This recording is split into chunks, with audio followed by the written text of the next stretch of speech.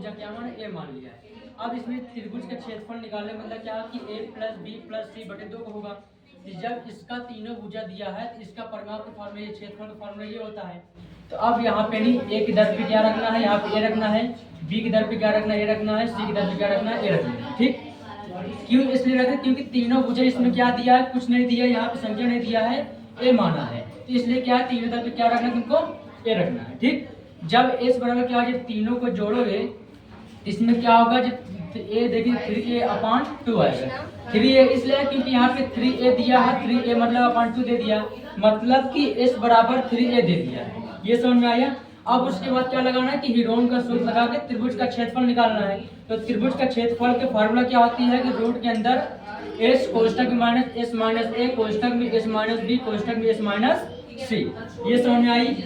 और उसके बाद जहाँ पे तुमको s दिखेगा उसके स्थान पे क्या रखना है, ये रखना है। ये वाला क्या होता है कि इसके स्थान तुमको s के दर पे रखना है। तो s के दर पे रखने मतलब क्या होता है 3a/2। ठीक, अब कोष्ठक के अंदर s दर पे क्या है 3a/2 माइनस a के दर पे क्या रखना है, a रखना है। a किस लिए रखना है, क्योंकि यहाँ पे तीनों का मान a ही दिया है। ये समझ में आया।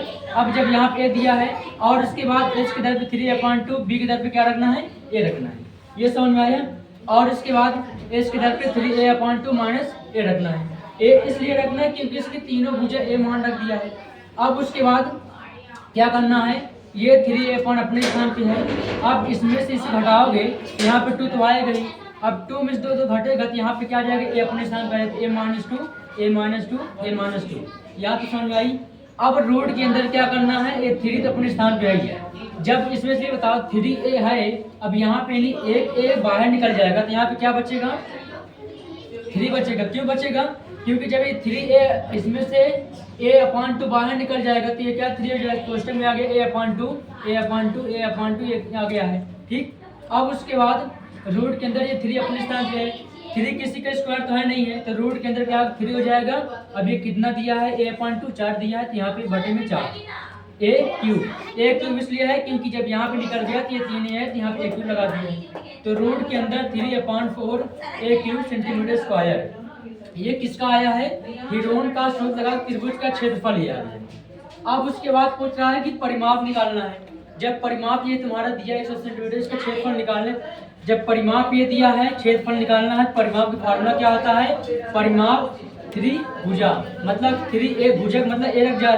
तो अब इसमें देखो तो परिमाप पहले से दिया है। जब परिमाप पहले से दिया है, भुजा गुणे में है तो इससे क्या जाएगा, भाग में जाएगा। तो भुजा बाहर परिमाप बटे 3 ये तुम्हारे फार्मूले में है। परिमाप मान कितना दिया है, 180 सेंटीमीटर दिया है और इसके बाद 3 दिया है। अब 180 में 3 से डिवाइड करोगे तो आ जाएगा 60 सेंटीमीटर। समझ में आया। अब उसके बाद क्या लगा, समबाहु त्रिभुज का क्षेत्रफल लगाना है। समबाहु त्रिभुज का क्षेत्रफल का फार्मूला क्या होता है। अब यहाँ पे देखो पहले क्षेत्रफल की ये तुम्हारे ये निकली है, क्षेत्रफल निकल गया है, इसी का स्थान उठा के यहाँ पर रख देना है। ठीक, अब उसके बाद रूट में 3a/4 दिया है, एक दर पे क्या दिया है 60 दिया है, क्योंकि परिमाप के एक एक मान भुजा मतलब होता है a। तो जब एक मान दिया है 60 दे दिया है तो इसके दर पे क्या रखूँ, चाहे तुम इसको स्क्वायर कर दो, चाहे इसको 60 चाहे 2 बार लिख दो, बात वही है। अब √3/4 से जब डिवाइड करोगे तो आ जाएगा 15 आएगा। ठीक, मतलब कि यहाँ पे 4 आ जाएगा, उसके बाद 1 यहाँ कैरी आ जाएगा तो यहाँ पे हो जाएगा। अब उसके बाद √3 अपने स्थान पे है और 15 को 60 में क्या मल्टीप्लाई कर देना है, ये 900√3 सेंटीमीटर स्क्वायर।